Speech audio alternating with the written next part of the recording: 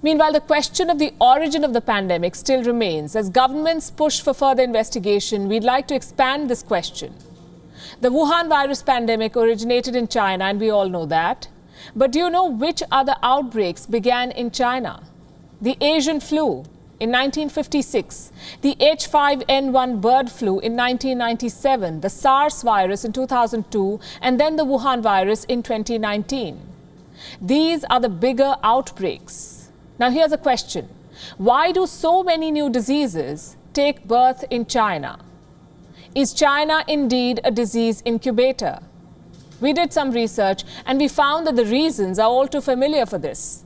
One is the wet market.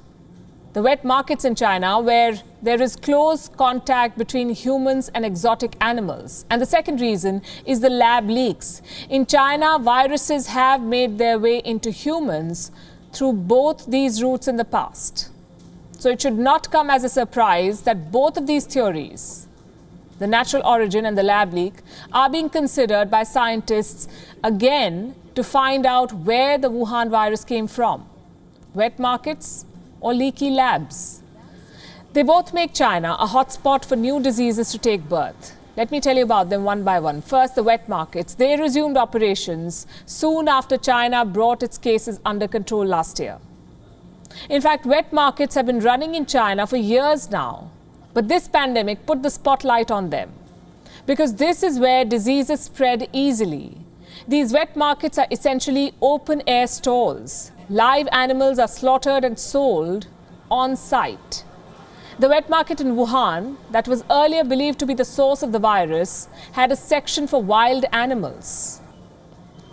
This is where they sold bats, snakes, beavers, porcupines, baby crocodiles, among other animals. The conditions in which these markets operate create opportunities for viruses to jump from animals to humans. They're crowded and they're unhygienic. There are lots of species of animals that are potential reservoirs of viruses. And that is why experts believe that these markets can easily spit out new viruses. The potential threat is well documented. Why then do people go to such markets? Because in China, people prefer buying their meats from wet markets. They believe the produce here is healthier than frozen foods. The practice is so common and popular that people ignore the risk of being infected with new viruses. And this threat is not hypothetical. This way of life has given us two new diseases in the past. The Wuhan virus is not the first one, or potentially the first one. The H5N1 Bird Flu and SARS. These two diseases have a clear animal origin.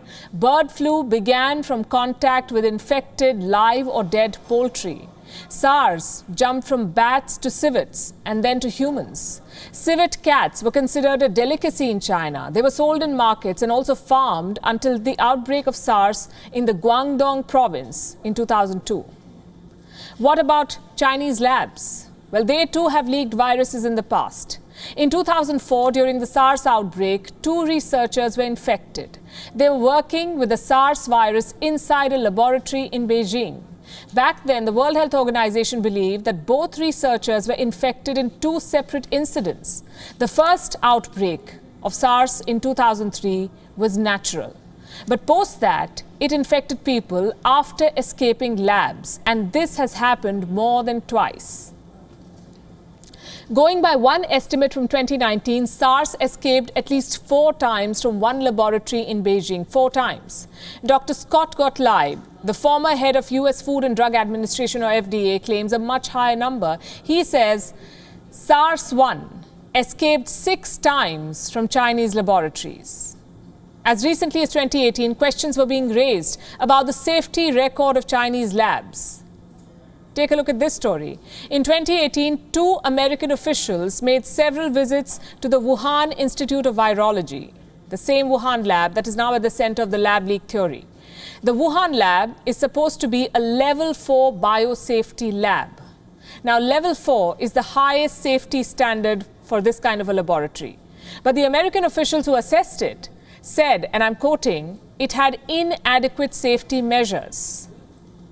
Reports say American officials who issued warnings in fact, also issued warnings when researchers at the Wuhan lab started conducting studies on bat coronaviruses. Now, clearly, all of these warnings fell on deaf ears because China keeps exporting disease after disease.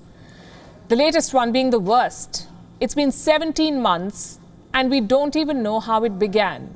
China's wet markets are back in business. China's virus labs are out of bounds. There is no accountability, no scope for an independent assessment. There is no stopping China's wet markets and leaky labs.